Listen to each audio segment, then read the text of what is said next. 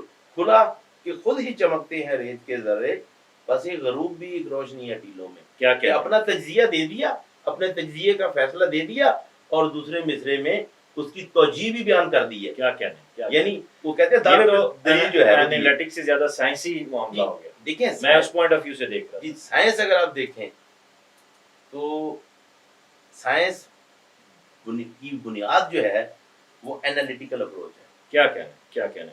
اور آج کے سائنسی شاعر بھی میرے ذہن میں کئی خاکے ابھر رہے ہیں, کئی شبیہ آ جا رہی ہیں. اب مطلب ہماری نظر سے ایسی کتب بھی, ایسی شعری مجموعے بھی گزرے ہیں, آپ نے شاید دیکھا ان میں سے کوئی, کہ جن میں حکیم جو ہیں وہ جو حکیم شاعر گزرے ہیں کئی, انہوں نے مختلف بیماریوں کے نسخے جو ہیں بالکل بالکل بالکل شعر وزن میں لکھے ہیں. وہ بالکل اس کو اسی طرح کیا. اچھا اس میں ایک تو آپ نے دیکھ لیا کہ اینالیٹک اپروچ ہے, سائنسی فکر بھی ساتھ آ گئی.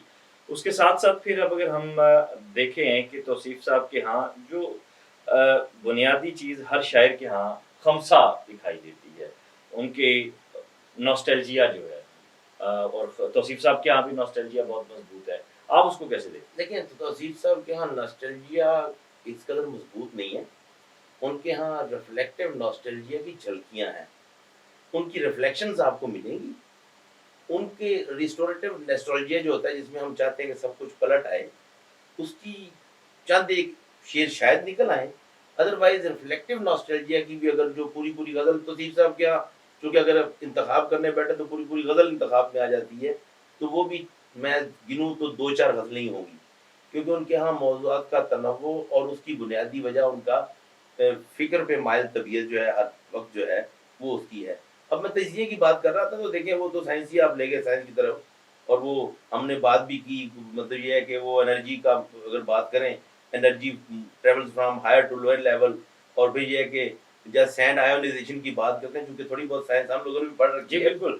تو اور ایک شعر دیکھیں اس میں کہ اگر اس سے ہٹ کے ہم بات کریں سر کہ ایک شخص اتنا ظالم ہے کہ وہ صرف چیزوں کے تجزیے کی طرف نہیں جا رہا, تو وہ اس قدر ظلم پہ بھی اتر سکتا ہے اپنے ساتھ کہ ہمارے بعد کوئی آنکھ نم ہوئی کہ نہیں, ہمارے بعد کوئی آنکھ نم ہوئی کہ نہیں, ہمارے بعد کوئی آنکھ نم ہوئی کہ نہیں, جو ہو سکے تو یہ منظر بھی دیکھ کر جائیں. واہ واہ واہ واہ واہ واہ واہ واہ. یعنی دعویٰ بھی ہے, دلیل بھی ہے. کیا ہمارے بعد کوئی آنکھ نم ہوئی کہ نہیں, جو ہو سکے تو یہ منظر بھی دیکھ کر کیا کہنے. وہ یہاں تک رازوں کو جان لینے کے چکر میں ہے.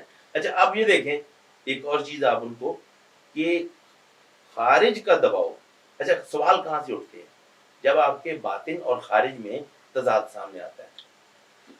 اچھا یہ بات بھی آپ کی بالکل درست ہوئی. ایک چیز جو میں نے توصیف صاحب کے ہاں دیکھی وہ امیجری, امیجزم کا بہت زیادہ استعمال ہے, چاہے وہ آپ اس سائنسی شعور کے ساتھ رکھیں, چاہے ریفلیکٹیو آپ ان کی جو نوسٹیلجیا اس کے ساتھ رکھیں, امیجری ان کے ہاں بڑی دکھائی دیتی ہے. صرف امیجری نہیں دکھائی دیتی, ہمارے ہاں مطلب میں جامد پیکر کی اکثر مثال دوستوں میں بیٹھے گفتگو میں یہ جو شعر آپ نے سنا ہے جامد پیکر نہیں ہے. ہاں نہیں, جامد پیکر ان کے ہاں نہیں ہے, ان کے ہاں حرکی پیکر ہیں, ان کے ہاں متحرک پیکر ہیں. اچھا میں وہ جو شعر ہے شکیب کا کہ میں آبجو کے کنارے اداس, میں آبجو کے کنارے اداس بیٹھا تھا, شاید اگر آپ کو پہلا مصرع یاد ہو, بتوں کا جوڑا قریب تیر رہا تھا بتوں کا ایک جوڑا, میں آبجو کے کنارے اداس بیٹھا تھا. اب یہ جامد پیکر ہے. مجھے تو یہ لگتا ہے دیوار پہ ایک تصویر لگی ہوئی ہے, اس تصویر کو دیکھ کے شاعر نے شعر کہہ دیا. ٹھیک ہے. اچھا اب ہم یہاں آتے ہیں توصیف صاحب کی طرف آتے ہیں, اور بھی لوگ ہیں لیکن ان کا ایک چونکہ ان کے ہاں جدت آہنگ بھی موجود ہے, جدت فکر بھی موجود ہے, اور وہ بڑے سلیقہ ان کے ہاں جو ہے. اب دیکھیں کہ توصیف وہ یادوں کا دھواں ہے کہ سرے بزم, ہائے ہائے ہائے, توصیف وہ یادوں کا دھواں ہے کہ سرے بزم, چہرے نظر آتے ہیں چراغوں کی لبوں میں. کیا کہنے. اچھا اب یہ پورا منظر ہے کیا کہنے آپ اس میں ان کے رفتگاں بھی نظر آ رہے ہیں. اب ظاہر وہ چہرے کن ہو گئے ہیں, کیا کہنے وہ رفتگاں ہیں اور وہ لبوں میں نظر آ رہے ہیں. بالکل بڑی خوبصورت بات ہے. اب آتے ہیں ہم اگلا جو ایک شاعر کے ہاں ہمیں جو ہمیشہ ایک جو عمدہ شاعر ہے آپ صاحب نظر آتی ہیں, بہور کا استعمال جو وہ ہمیشہ کسی بھی, میرا یہ ماننا ہے, میرا شعری تجربہ ہے کہ آپ کی بہر کا استعمال اور پھر ساتھ میں آپ کی ردیف, یہ دونوں مل کر اگر آپ اچھے شاعر ہیں اور خدا نے آپ کو شعور دیا ہے تو آپ قافیے کے انتخاب میں پھر آپ پورا انتظام کریں گے اور ایک غزل تک بنے گی. دیکھیں اس میں یہ بڑا اختلافی مسئلہ ہے کہ شکر ہے شرعی مسئلہ ہے. شرعی مسئلہ نہیں ہے کہ کچھ شعراء کے نزدیک یا کچھ ناقدین کے نزدیک جو کھلا قافیہ ہوتا ہے اس میں شاعر اپنا جو اس کا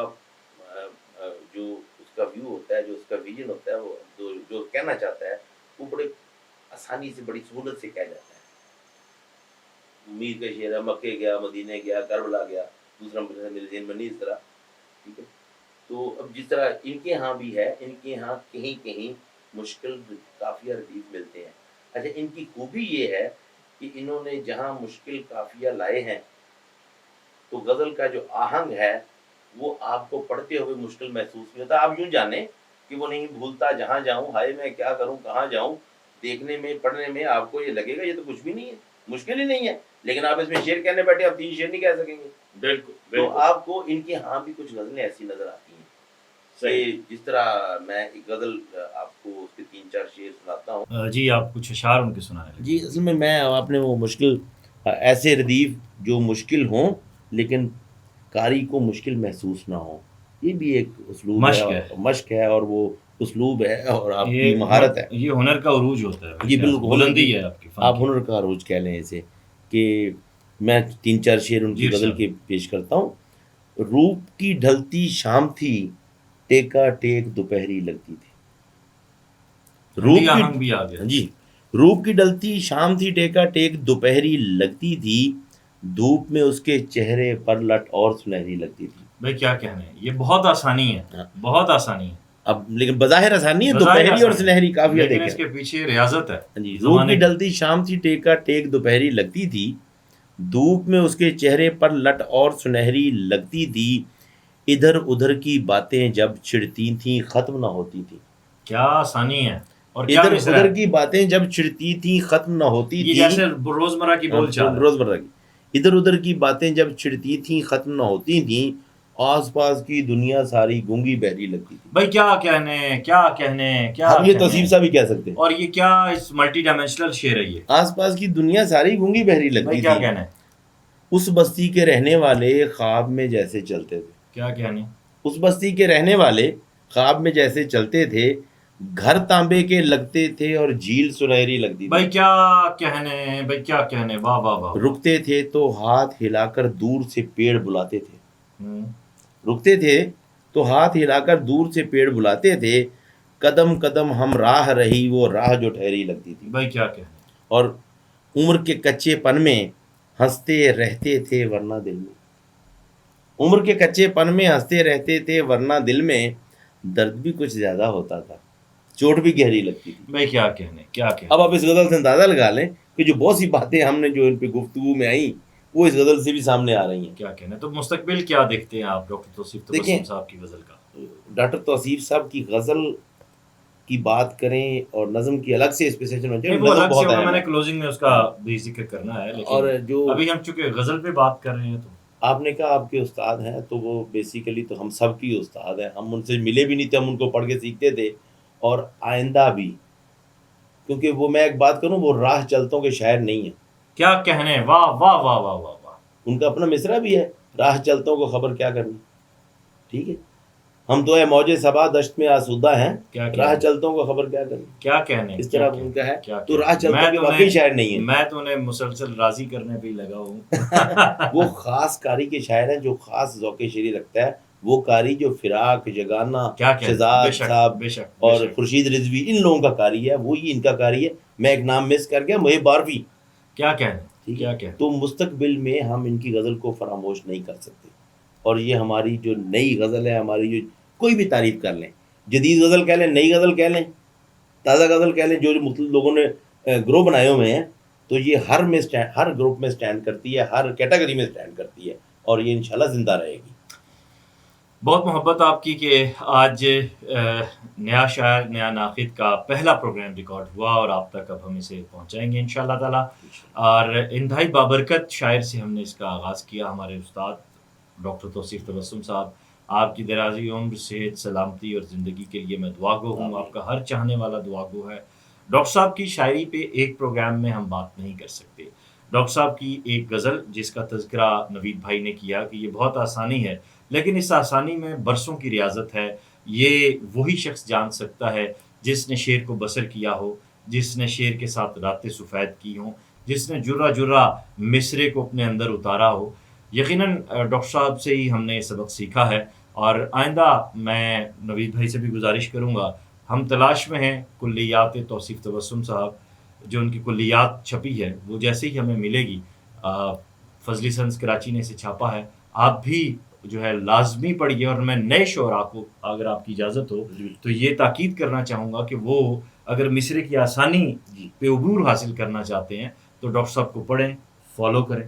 مصرے کی بنت کا جو کمال اوج ہے، جو اس کا کمال ہے، واہ، وہ ان کے یہاں ختم ہے۔ کیا نہیں، یہاں اس کے بعد کوئی بات میں نہیں کرنا چاہوں گا۔ پروگرام پسند آیا ہو تو چینل کو سبسکرائب کیجیے گا، زیادہ سے زیادہ شیئر کیجیے گا، اپنا خیال رکھیے گا، خدا حافظ۔